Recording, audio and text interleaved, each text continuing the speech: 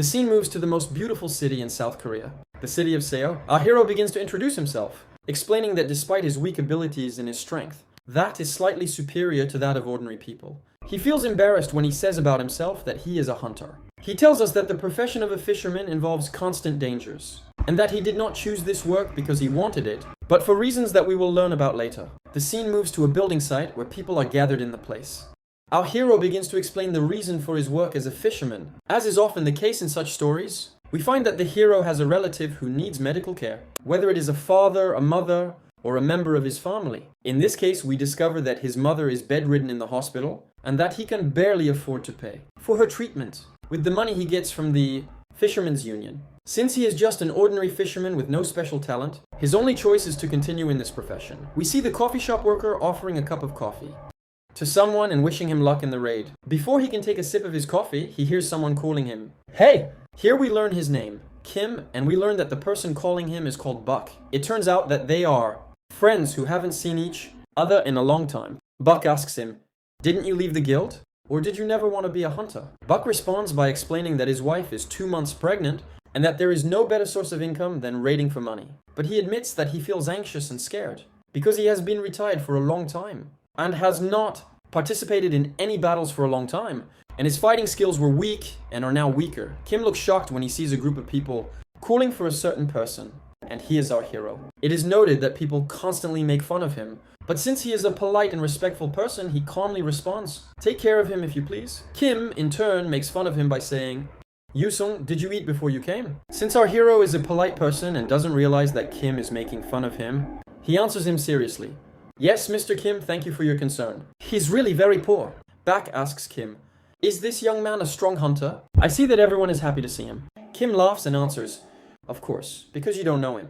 He joined the guild after you retired. By the way, people call him the weakest hunter in the world." Bak is surprised and asks, "The weakest hunter in the world?" Kim replies that our hero is so weak that he could be seriously injured even in a Class E raid, the lowest level of danger. Class E? This is the lowest level of hunters.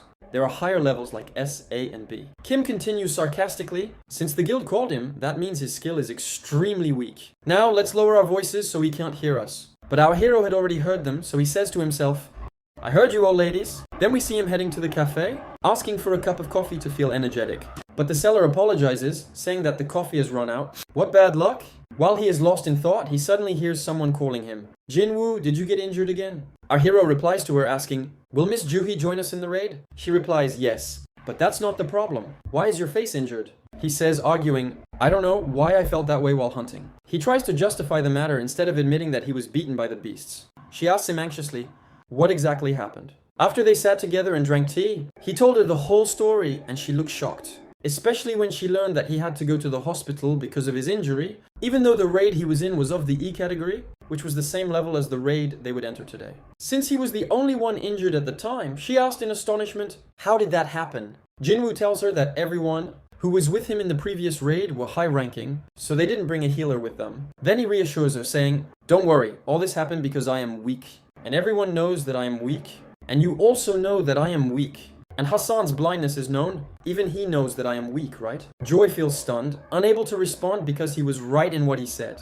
He tells her that everyone is getting ready to go into the raid, and then he says, "Come on, let's go in too." Of course, she goes with him, even if she's not convinced. Suddenly, as everyone is standing in the assembly place, they hear a voice calling, "Men, gather here." Everyone looks at the man who spoke in a loud voice, and he says to them, "We're going to go on this raid now, and I want to be the leader of the group. Is there any objection?" We know from Kim that this man claims to be Song, and he is the highest ranking among them, so he agrees to be the leader, and so does Buck. As for the bald man standing next to them, he can't stool. P laughing whenever he sees Jinwoo, and we don't know if he agrees or not. But since Seongsung is the strongest among them, everyone agrees, even our hero and the fighter Juhi. But will it all go smoothly?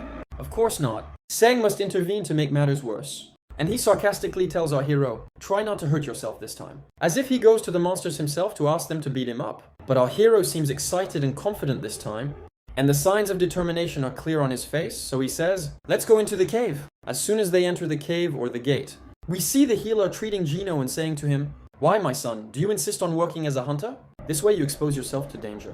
He responds to her by saying, "I am sorry." She says to him, "I'm not saying this so that you can apologize, I'm afraid for you." We see Mr. Sunjo, the leader of the cave, busy burning the beasts left and right, and Mr. King fighting with his sword, stabbing the beasts in turn, while the rest of the hunters work hard, fighting the beasts fiercely. We see Juhi saying, "At least the raid is coming to an end." Then she looks at Gino, her face full of worry and sadness, and says to him, "Do you have a reason that makes you continue and not stop your work as a hunter?" Gino replies to her while laughing, "I work as a hunter for fun." In other words, do you enjoy when you're hurt, or what? Of course, he says to himself, I can't tell her the real reason because I'll feel embarrassed. We see Mr. Sonju holding a large crystal, and he tells us that these crystals fall after fighting monsters. We know that the magic core in his possession is taken from the Ridabudo sea monster, and its value is thousands of coins. As for Gino, since he is the weakest sea hunter in the world, it is impossible for him to kill a sea monster. We see our hero Gino holding a small jewel in his hand, and he looks sad, because after all these injuries, he was only able to get an e-jewel. Suddenly we hear someone shouting and calling them. There is another entrance. We see everyone gathered around the new entrance they discovered.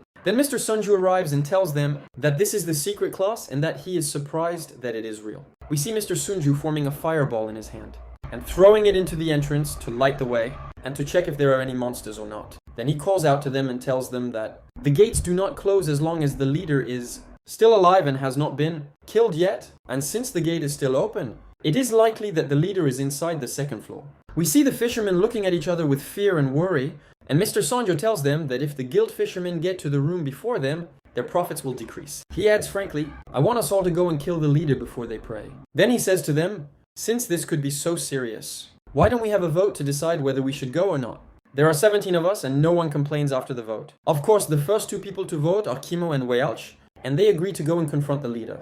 Then we see the rest of the fishermen. Some agree, some disagree. Then the therapist comes forward, looking scared, and apologizes to them, saying that she will vote no. Mr. Sonju announces that the vote is tied, 8 against 8.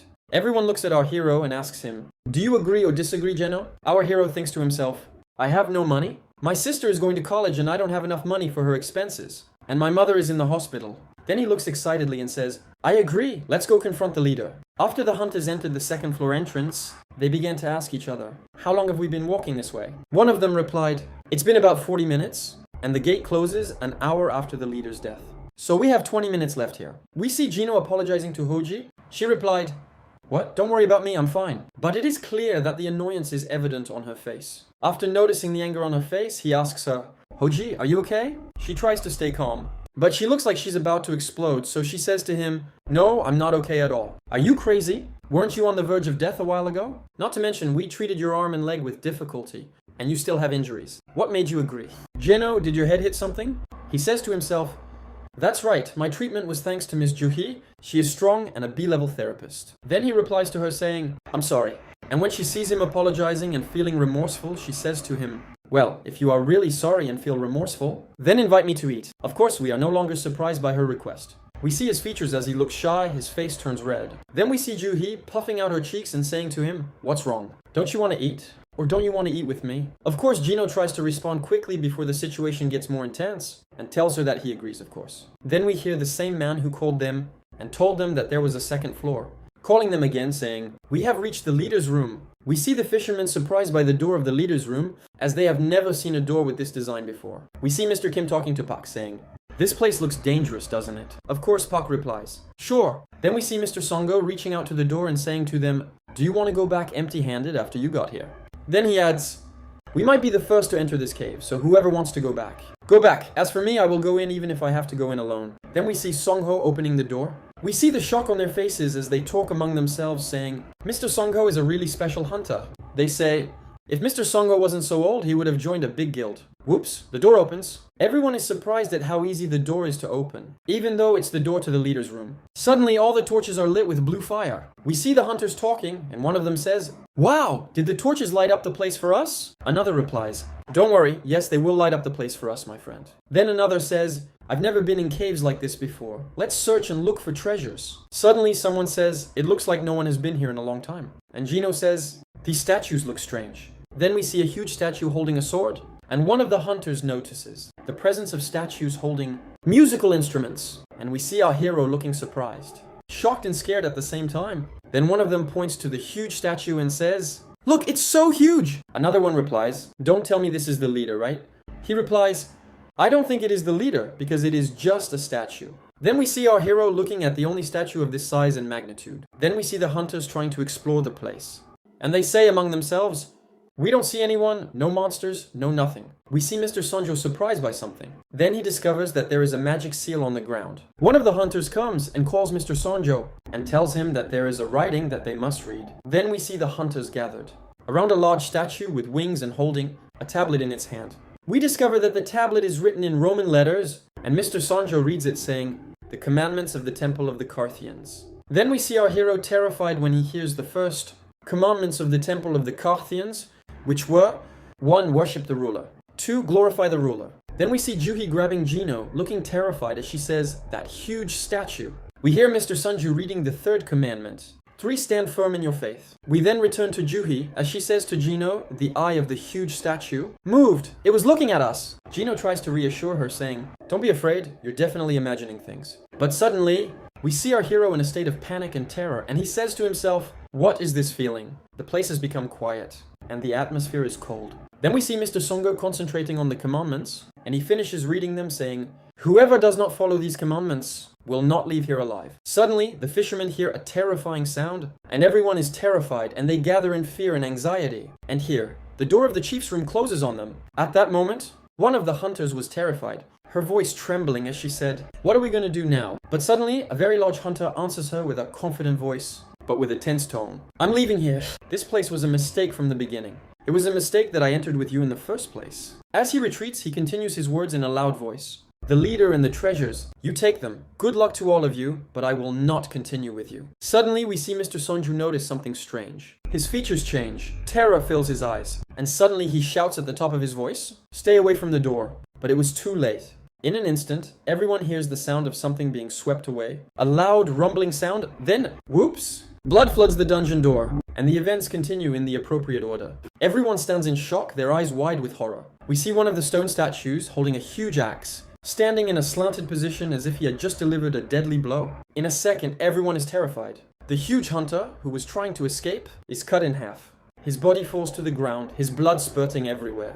All the hunters freeze in place, their eyes filled with fear as they whisper to one another in trembling voices. The statues moved. We see our hero, Jeno, in a state of extreme terror, sweating profusely, his hands trembling, while Juhi collapses in his arms, her eyes filled with tears and genuine terror. Suddenly, Jino recalls Juhi's words from a short while ago, when she said to him in a trembling voice, "That huge statue. It was looking at us." At the time, he didn't believe it. But now at the most terrifying moment of his life, slowly, Jino turns his face toward the statue. And as soon as his eyes meet the statue's, he discovers the terrifying truth. Statues can move!